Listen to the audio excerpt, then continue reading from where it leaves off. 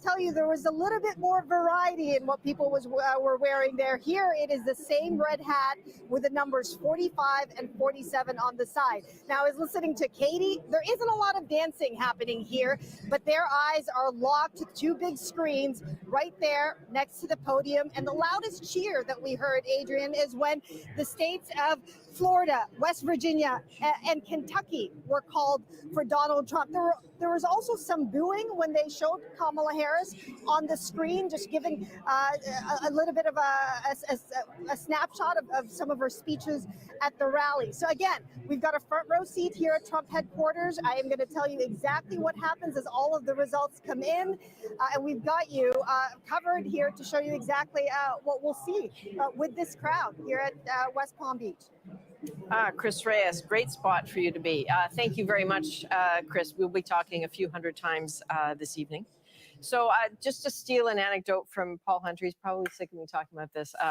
When you went into the States to cover this election, I think it was 2021, you said that someone said to you, you're from Canada, why do you care?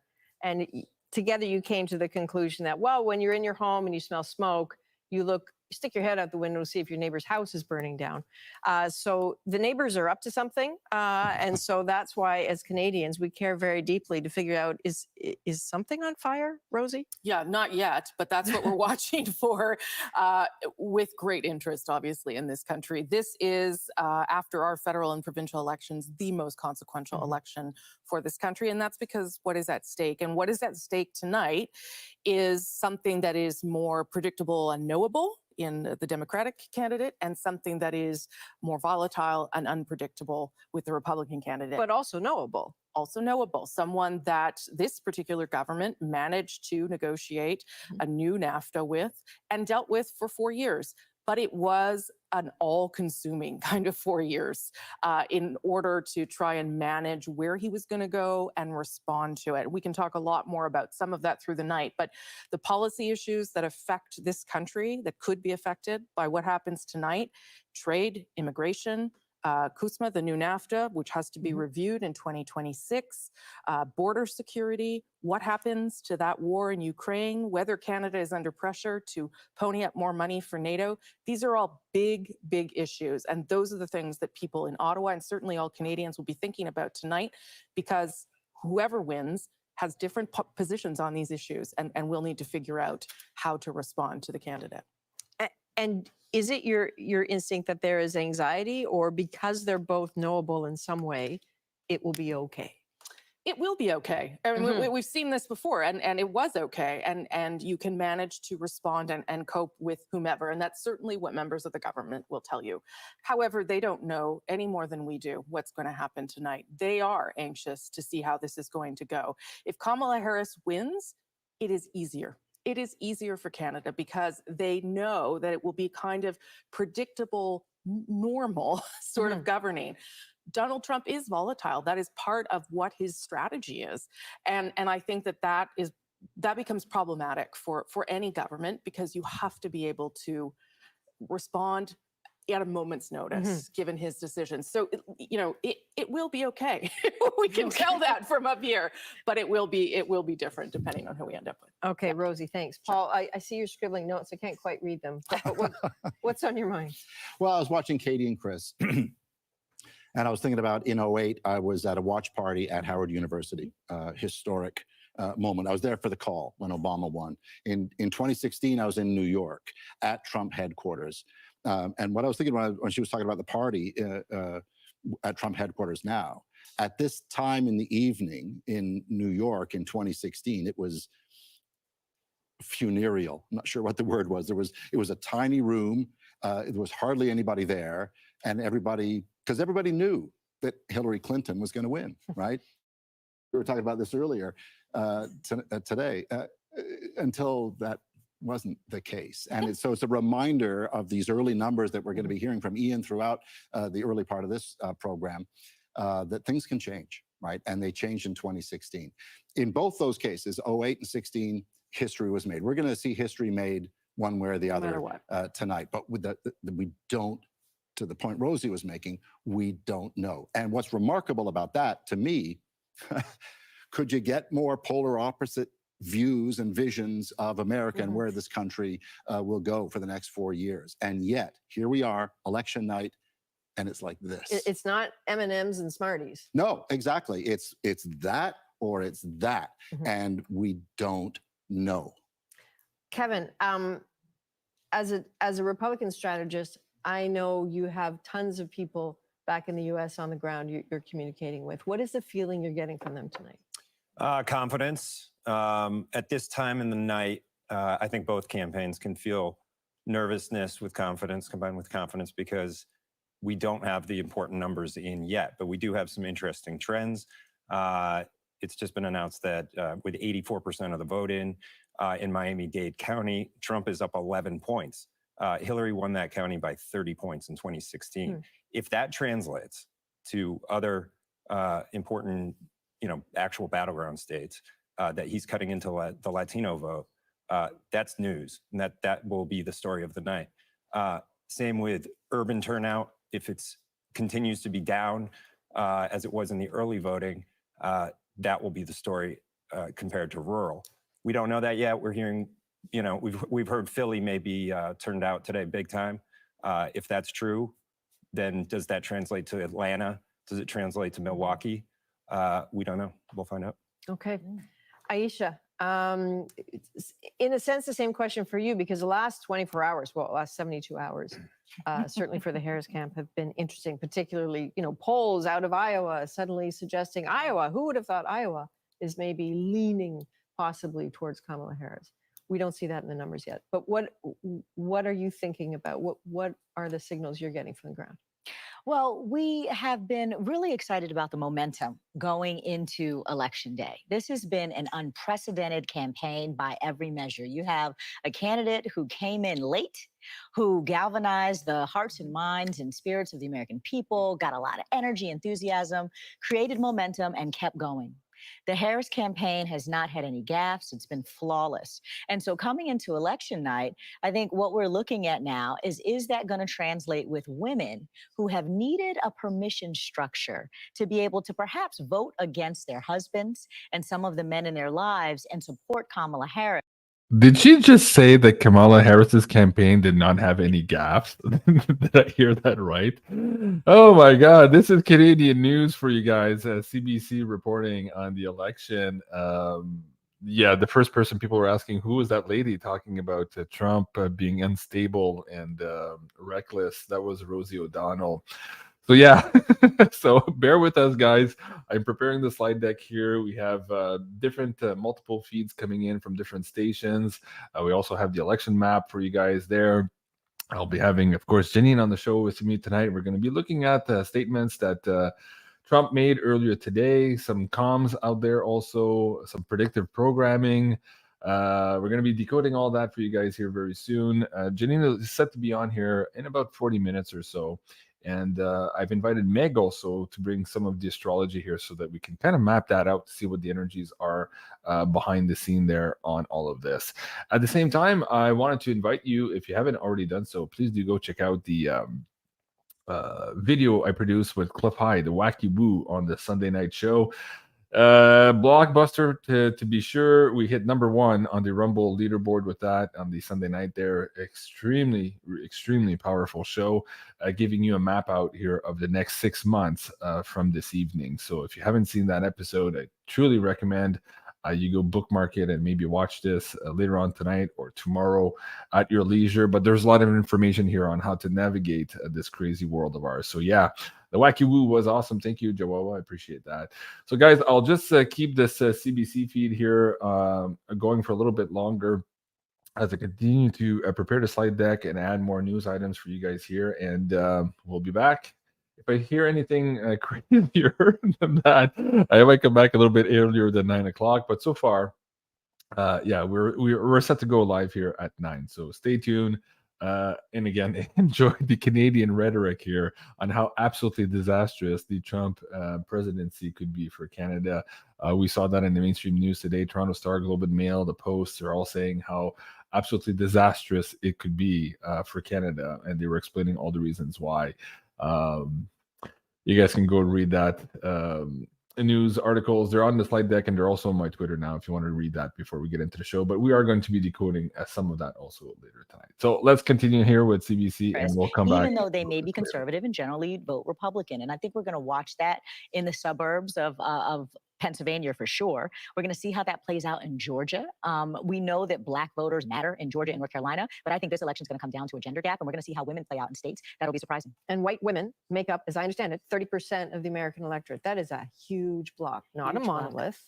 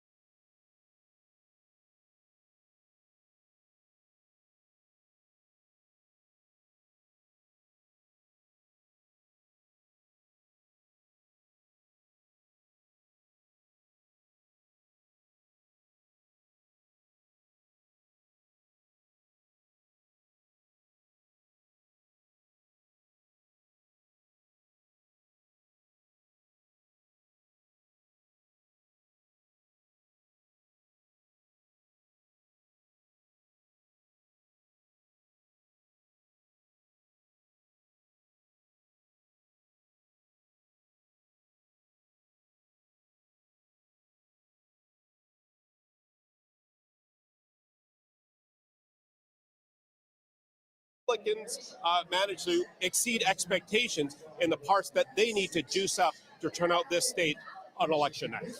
Okay, Richard, lots to talk about with Pennsylvania. We'll be back to this conversation a lot tonight and probably in the days to come. That's Richard Madden, Philadelphia. Now, when Kamala Harris replaced Joe Biden just 3 months ago as the person at the top of the ticket, some people noticed a possible shift, in one of those critical swing states. We're talking about North Carolina. That is exactly where Katie Nicholson is right now. Katie? Yeah, I'm in Mecklenburg County. This is Charlotte. It sits right in the middle of that very blue county. And this is the county that so many people are paying attention to in this state. The shifting demographics have made this a deeper blue city. All of the blue votes in this state tend to go into the urban areas, Raleigh, Durham, and Asheville. And of course, they're surrounded by all of these red counties. But because Charlotte is one of the fastest growing cities in America, it is becoming more diverse, more Latinx voters, more Black voters who skew Democratic. They are hoping that with a strong ground game, they can really switch the state, swing it in Harris's favor. Back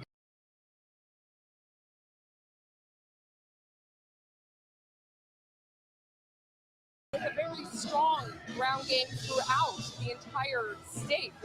We're talking about 37, 39 offices, more than 300 staff, and an army of volunteers. They are really efforting to get out the vote and swing this for the Democrats. They haven't had these 16 electoral college votes here go to a presidential candidate since 2008. That was Barack Obama. They are hoping this year to be able to do it with that strong ground game, with all the money, with the investments. This is, of course, a must-win state for Donald Trump. If he doesn't win it, really limits his path to victory. For Harris, it's a feather in her cap. It also might be some insurance, right? An insurance policy if that blue wall starts to fall.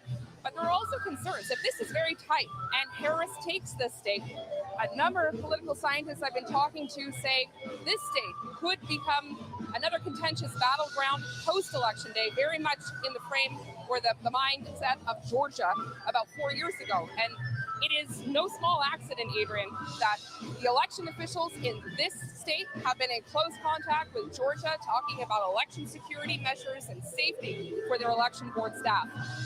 All right, Katie Nicholson, thank you.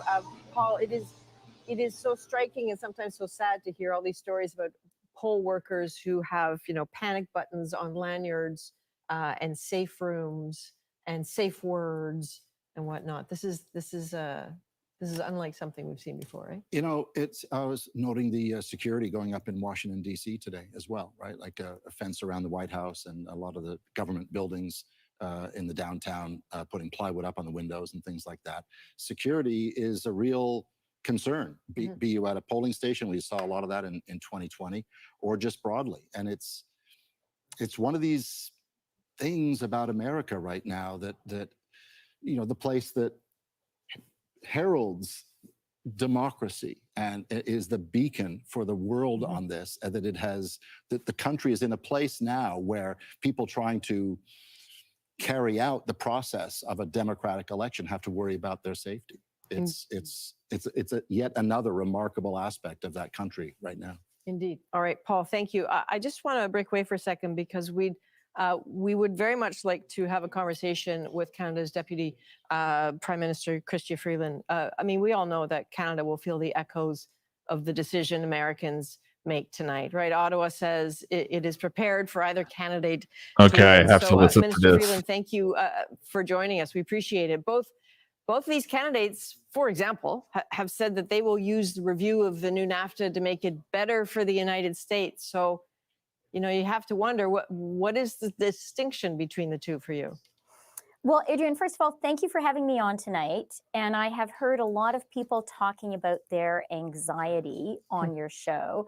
And so I do just want to start by saying, I know a lot of Canadians are anxious, but I really want people to be reassured. And I want Canadians to know that no matter what Americans choose tonight, Canada will be just fine. I would even say more than fine. I think there is no country in the world better positioned to have an excellent relationship with the United States and better positioned to thrive no matter who Americans choose. So hang on to that tonight as you're watching the results, okay? It's their choice. Let me pause that there. Like, it's the third or fourth time I hear media pundits here in Canada saying we're going to be just fine. Like, that's an odd talking point, and they all seem to be repeating it. Presumably now it's coming from the PMO, seeing as Deputy Prime Minister Freeland here is also espousing those talking points. Let's keep going here. But we are going to be great no matter what. Okay, well, that's fair. Absolutely. I'm still curious, though, about the possibility for the new NAFTA. If they both want to review it to make it better for the United States, what's your move there? Well, look, the first thing to recognize is what a great position we are with the renegotiated NAFTA trade agreement we have right now. Like, let's remember, this is a trade deal that Donald Trump negotiated, so that means he thinks it's good. And it's a trade deal that Nancy Pelosi ratified. So Democrats think it's good too. We have a relationship, a trading relationship, an economic relationship with the United States that enjoys strong bipartisan support. No other country can say that. And that is really good news and a great foundation for Canada. You know what? One of the things that your government cares very deeply about. The second time she's asked the question, she still hasn't answered the, the question. Sounds a lot like Kamala's word salads here in the last couple of weeks. Man, I'm sorry to put you through this, guys. I just want to see what Canada is saying about this before we get into the American coverage here in about 25 minutes. Let's keep going. Ukraine. I'm so curious what your concerns are about how this election could affect the war. Again, the choice right now is for Americans to make. Canada is going to support Ukraine for as long as it takes. And I have real confidence that Ukraine is going to succeed and that Putin is going to fail and he will lose. And I want Canadians to hear that. And for Ukrainians who are listening tonight, I want them to know Canada is your friend today and Canada will be your friend tomorrow. This is really a fight about democracy. And so we're going to stand with you. Okay. Deputy Prime Minister Chrystia Freeland, thank you for making time for us. Thanks for your time. Cheers. Rosie?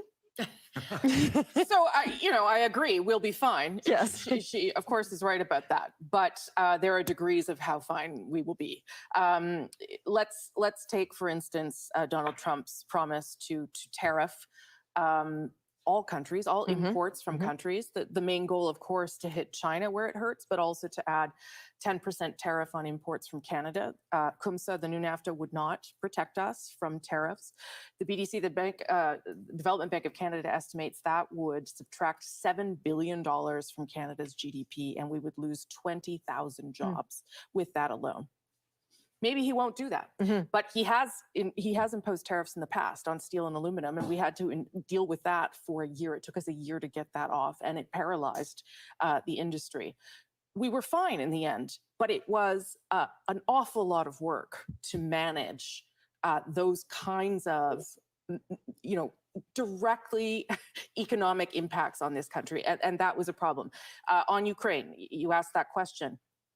Sure, I'm sure that will be fine too. But Donald Trump has made it clear that if countries cannot get their defense spending up to 2% of GDP, he will consider saying to them, well, then you're out. We're not going to protect you under NATO anymore. Canada is tracking to 2% by 2032. And for now, not planning to go faster than that. So there are real things at play. I'll just talk for a moment too about Kamala Harris, because she's right. Nancy Pelosi did obviously certify that deal. Kamala Harris was one of 10 senators who did not vote for that trade deal. Right. Now, the reasons were environmental, they were climate change, but she has a protectionist bent that will be problematic when we go to review NAFTA in 2026. And that could create all sorts of problems as well. So yes, we will be fine. Everyone agrees with that. But it's how we manage these different approaches on these key issues, because we are so deeply intertwined economically, culturally, and all other ways that anything that is done could throw us off kilter and will be problematic. It's, I remember in 2020, for people who were saying, well, if it's Joe Biden, then Canada doesn't have to deal with Donald Trump. What a relief. And how many people said, hang on a second, beware the iron fist in that velvet glove, because it doesn't mean it's going to be any easier for Canada trade-wise. As we've been talking, I've just noticed that the results bar at the bottom, a little bump up for Donald Trump there, 105 for him, 27 for Kamala Harris. Still obviously very early, 270, that's the number. Ian, what's happening here? Yeah, I think particularly for our audience in Canada, as you look at those numbers, don't think that that means that this is a night where Trump is steamrolling to a win. None of those numbers that we've seen so far contain any surprises. So I want to quickly take you through some of the states that are unfolding exactly the way that everyone thought they would. Tennessee, only 22% of the votes counted, but we can call Donald Trump as the winner there because the trends in Tennessee are so clear. As it is in Missouri, he's picked up 10 there, as it is in South Carolina, where there are 9 electoral college votes. Same thing with Kamala Harris, 27 electoral votes so far. And I'll just show you a couple of examples of where she's done well. Maryland, again, no surprise. Now, you'll notice top right-hand corner, expected votes counted 0%. How can we call this state for Kamala Harris when no votes have been counted officially? It's because there are exit polls, and the American media organizations that we are turning to follow their lead feel very confident that it will be a win for Kamala Harris in Maryland. One more I want to show you, Massachusetts, also with a staggering 0% of the votes officially counted, a win for Kamala Harris. I will never understand this, but I'm so glad. Exit polls. Exit polls. Yeah. No, it's true. And again, It's you're true. looking at the historic trends of a place like Massachusetts, the surveys, and so the organizations whose lead we're following feel very confident with that call. Absolutely. A lot more results to come. Real ones. Apps just like these. Real results are coming. We will be back with America Votes. Isn't that crazy? Wow. All right, guys. We're about 20 minutes to show here. I'm texting Janine on the side. We should be getting ready here in the next couple of minutes. We're going to do a sound check, and we're going to do a verification of the card view. And most of the slide deck is already up and running, so it's going to be one hell of a show. So if you want to help us out, let me just mute this for a second here. Please do share this episode on your social media with all your friends and families, and let's get more people watching the show here tonight so that we can kind of decode where all of this is going here together. Again, we're going to be back in about 20 minutes from now. And in the meantime, also, let me just share this with you guys. I'm just going to change slide decks here. There's quite a bit going on this evening. Again, if you haven't seen this episode from the Sunday night, the Wacky Woo special episode here with Cliff High, we did spend a great deal of time here on the election, as well as the forecast for the next 6 months from here up until March, May, April, May of next year. So very interesting episode there as well. If you haven't seen it, please do go check that out, and also share that with your friends and families. Okay, so we will be back with the election coverage in about 15 minutes or so from now. I'll see you soon. And again, I apologize for making you watch that Canadian slant on the American politics. It's kind of funny to watch, but it's also interesting to see where they're coming from. Yet they seem to be calming here repeatedly that everything's going to be okay for Canadians. And I'm curious where that is, and I'm going to be asking Janine to look into that also as soon as we start the show at the top of the hours. So I'll see you in just a couple of moments. All right.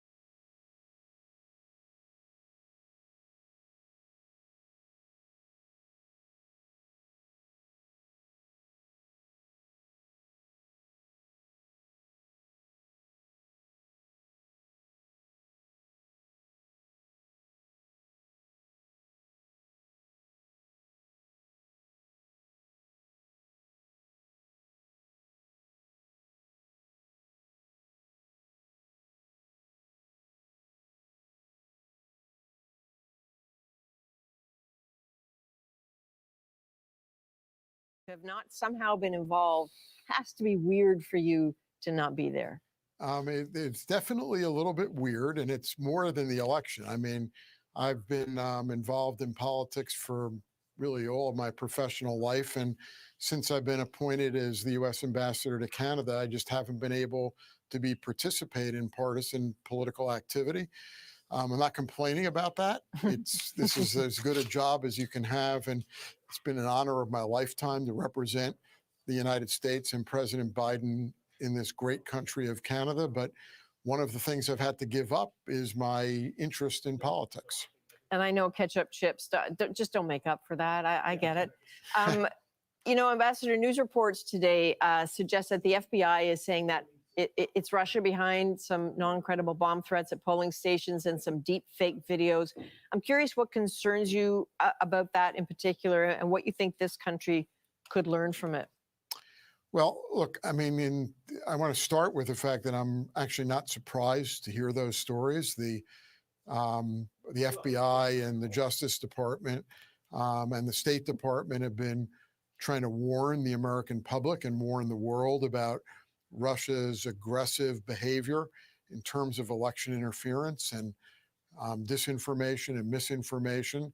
So I'm not surprised to hear this, but when I get asked about it before the election and asked about my concern level and what can be done about it, I say the United States is doing what needs to be done. We have an active program to assess what Russia is up to, what other malign foreign actors might be doing, what domestic folks who might be engaging in misinformation or an election interference might be doing. And we're prepared to take aggressive law enforcement action against that kind of activity. So while I'm not happy that that kind of activity is occurring, I am pleased that it was identified by the FBI, that aggressive action was taken, and that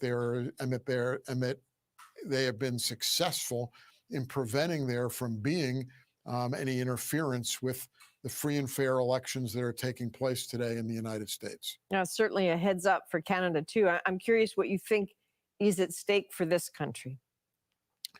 So this may be a bit of a contrarian view, and I'm not saying, by the way, that this election isn't important. I think all presidential elections in the United States are important to the United States and to our friends and our allies. But the nature, two things, but first of all, to note that today is election day in the United States, and unlike Canada, where the next federal election day is basically going to be one election on the ballot, which is who the next prime minister is going to be. On election day in the United States, there are hundreds of elections that are being decided today. There are 34 United States senators being elected. There are 435 elections for members of the House of Representatives. There is the presidential election. There are 13 governors who are up for election. There are hundreds of mayors, city councils, state legislatures, county commissioners, judges, all up for election. And it is the dispersion and the diversity of the number of elections that are in play and the lack of centralized political power that provides the durability for democracy in the United States, and is the explanation for why after elections we don't tend to have radical changes in policy or approach on foreign policy or domestic policy across the board. That isn't that there won't be changes, but there are not radical shifts in approach. Canada is a poster child for that, because the U.S.-Canada relationship is particularly substantial. It is particularly durable. It's been around for 100+ years. And you can pick your topic. I'll pick trade as an example.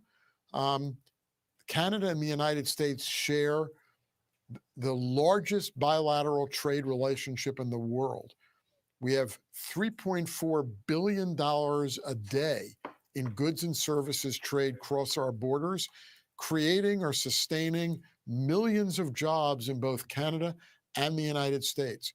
I haven't heard a single presidential candidate ever say, we want to blow up Yeah. this $3.4 billion a day trade relationship with Canada. So I think Canada, I mean, I'm not saying Canada shouldn't be vigilant. I'm not saying Canada shouldn't be concerned. I'm not sure Canada doesn't need to be prepared to deal with whoever the new administration is, because there's going to be a new president and a new administration no matter who wins this election. But I think Canada's doing all those things with its Team Canada approach. And I think as long as it does those things, it has every reason to expect that the extraordinary friendship, partnership, and allyship that exists between Canada and the United States will continue no matter who the next president of the United States is. All right, Ambassador Cohen in Ottawa, thank you. Thank you for having me on the air, and have a great night. You're going to be at this for a while. Yeah, we will. We will. Thank you, sir. Rosie, it's the uniform message out of Ottawa. It's fine. It's fine. Everything's fine. Yeah. No one wants to panic, and no one also wants to send the message that we won't be able to deal with whatever we have to deal with. And to that end, David Cohen's counterpart in Washington, who Paul knows, Ambassador Hillman, our ambassador in Washington, has really been a linchpin in terms of keeping up the relationships that were formed during the Trump presidency, and then the relationships with Biden's people, and then everybody else in Congress, governors, trying to find different ways and people who understand Canada and are willing to lobby for Canada on our behalf because of that trade agreement. That is also something that the government's been doing, but it is a very precise sort of charm offensive in some ways to try and make sure that we stay on the radar and that we have people helping us behind the scenes get our message through as well. And that will continue no matter who is president. No matter who is president. Well, we're still obviously in the early stages of finding out who exactly that will be. Numbers haven't changed much at the bottom of your screen. They're 105 for Donald Trump, 27 Kamala Harris. No surprises there yet, still very early on in the evening. But we're going to take a live look now at the two headquarters, the Harris headquarters at Howard University in Washington, D.C., and Trump headquarters in Florida, both very busy. Parties, it seems. There's some dancing going on everywhere. It's still early. Let's see how people are feeling in about 14 hours from now. But in the interim, let's go to Georgia. Let's go to John Northcott, who is in Atlanta. What an interesting place Georgia has always been. Certainly in 2020, in some ways it was the story of the election. That famous phone call, I just need 11,780 votes, one more than we got. The seed for all those claims about a stolen election. What is happening there tonight, John? Adrian, what we're seeing is here as the Democrats hold their watch party is that we've seen Trump go out ahead with a big lead. But this is what they refer to in Georgia as the red mirage, because the rural counties tend to vote Republican. The rural counties have fewer voters.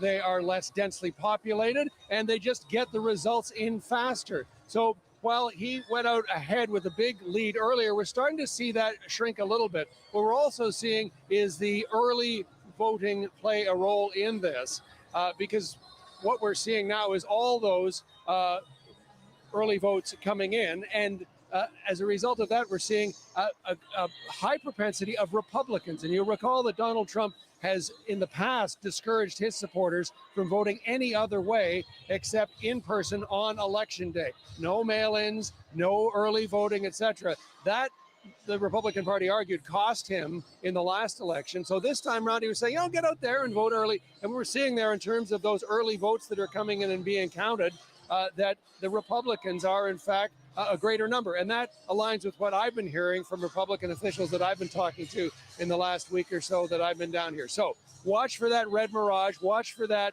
lead of Trump initially to shrink, but still far too early to call. And as you say, Adrian, hearkening back to 4 years ago when it was 0.2% was how Joe Biden took it. And of course, that after a number of days of recounts and court battles and charges of election interference. Officials here say they are very confident in their process this time, watching it play out and seeing to see if Harris can close that gap as we're starting to get results from the cities, reliably Democratic, Atlanta and Savannah in particular. As those results come in, see how it heads in the coming minutes and hours. Adrian?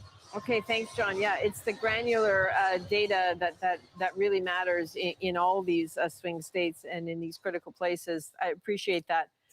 Michigan is also one of those handful of swing states that just holds a lot of power in this incredibly tight U.S. election. And Susan Ormiston is in Detroit, Michigan.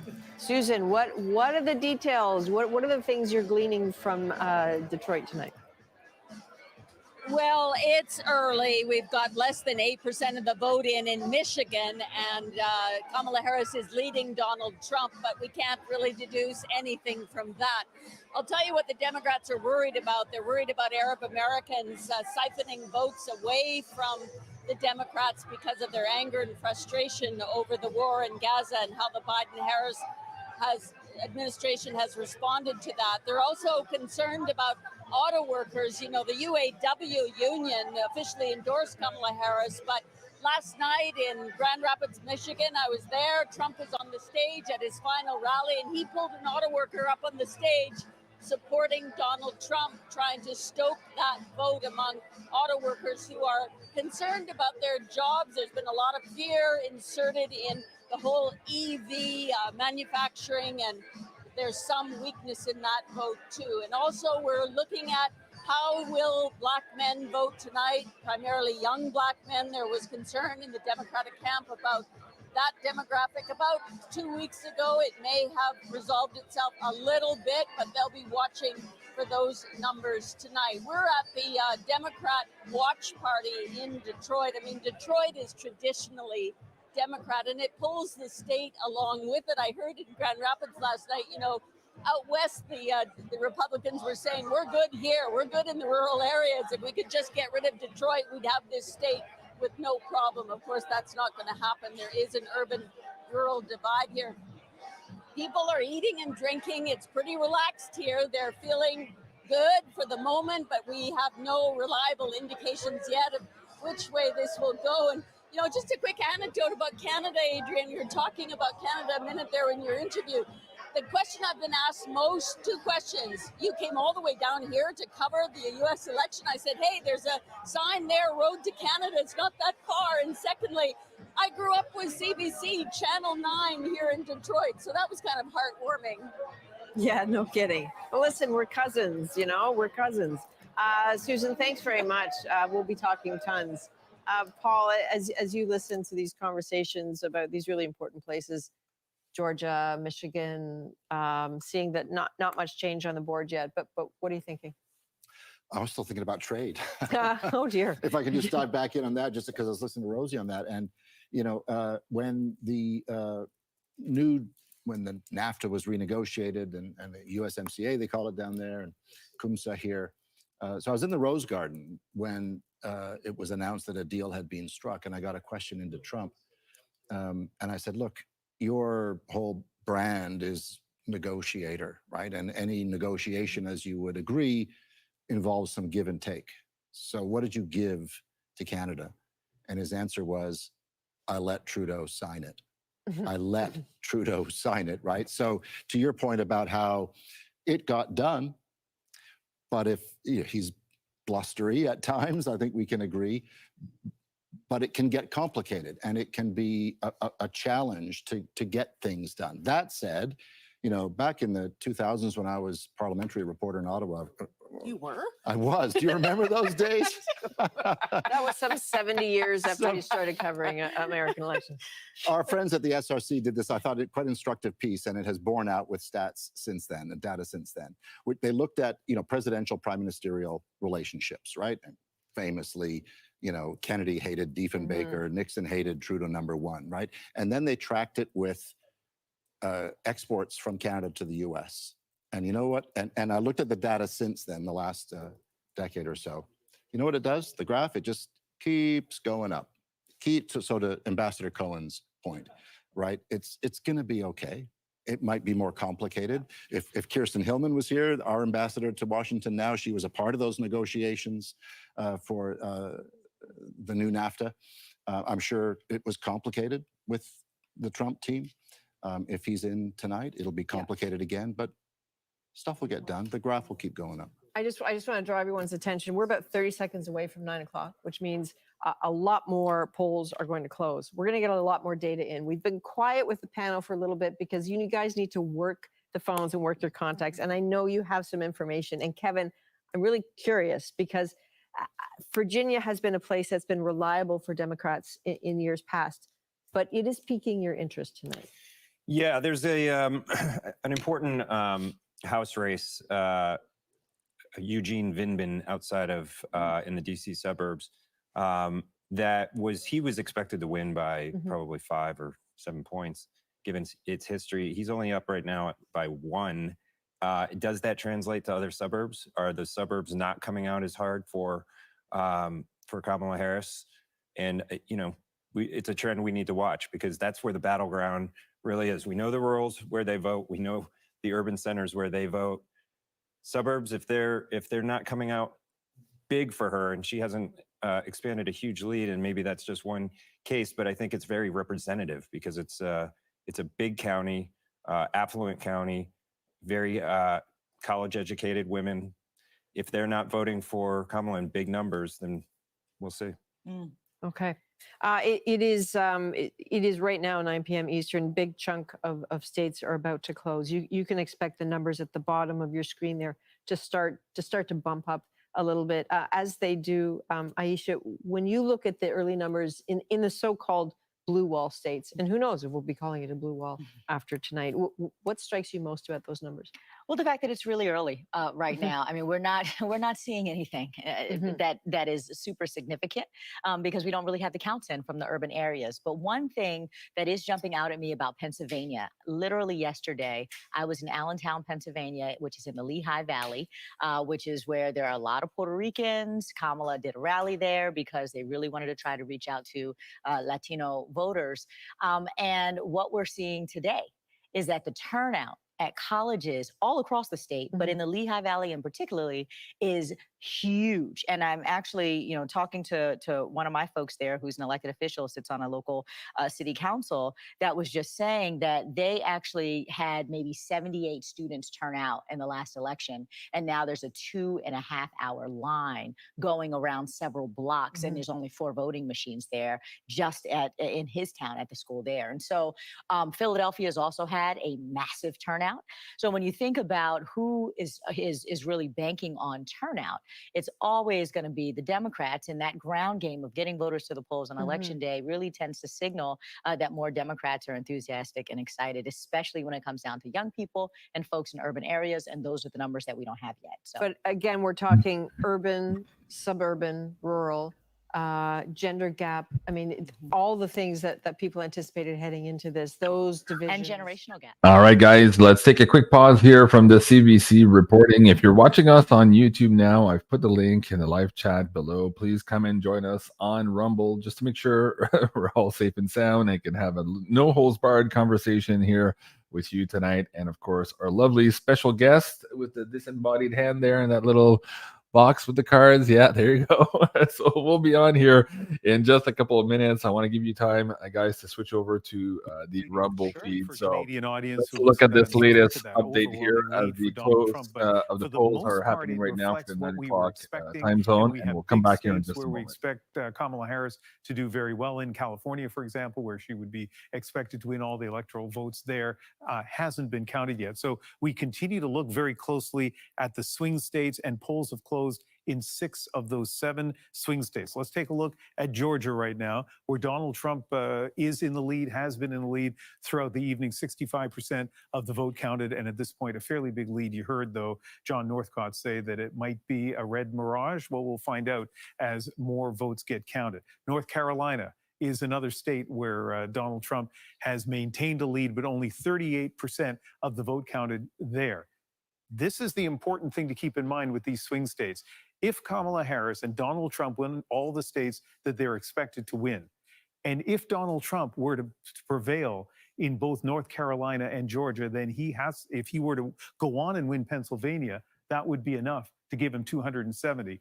As you can see right now, it's a big margin for Kamala Harris, but you can also see that only 16% of the votes have been counted in Pennsylvania. So still a lot absolutely can change in Pennsylvania. But here's another hypothetical. Let's say North Carolina and Georgia go for Trump, but Kamala Harris hangs on to Pennsylvania, then the remaining two states in the blue wall will be critical for her. She could get 270 if she wins Pennsylvania and Michigan, where she's leading right now, though only 9% of the vote has been counted, and Wisconsin. Polls have closed there.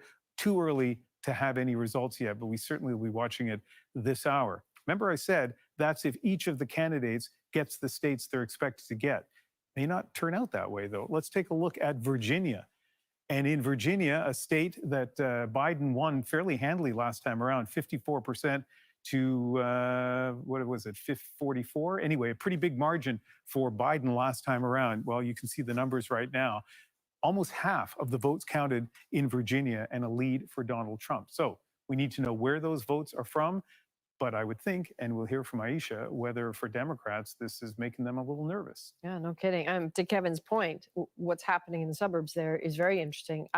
This is certainly going to be on the mind of people at Harris headquarters, where Katie Simpson is right now. I know you've been speaking with people, Katie. What sort of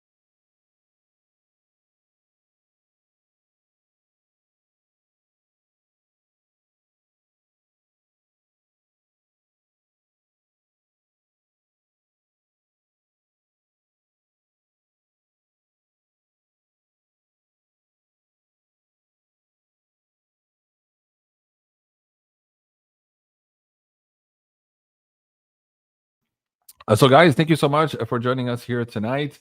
We are about to start the show here, so if you're watching us on the Rumble feed, please do come over and join us here. Sorry, if you're watching on the YouTube feed, yes, please come over and join us on Rumble or on X for the full no holds barred conversation here with my lovely guests coming in here in just one moment. So let me bring that link one more time for you guys there on YouTube. And there you go. We're going to disconnect from the YouTube feed now. Remove and remove. Yes. All right. Hold on.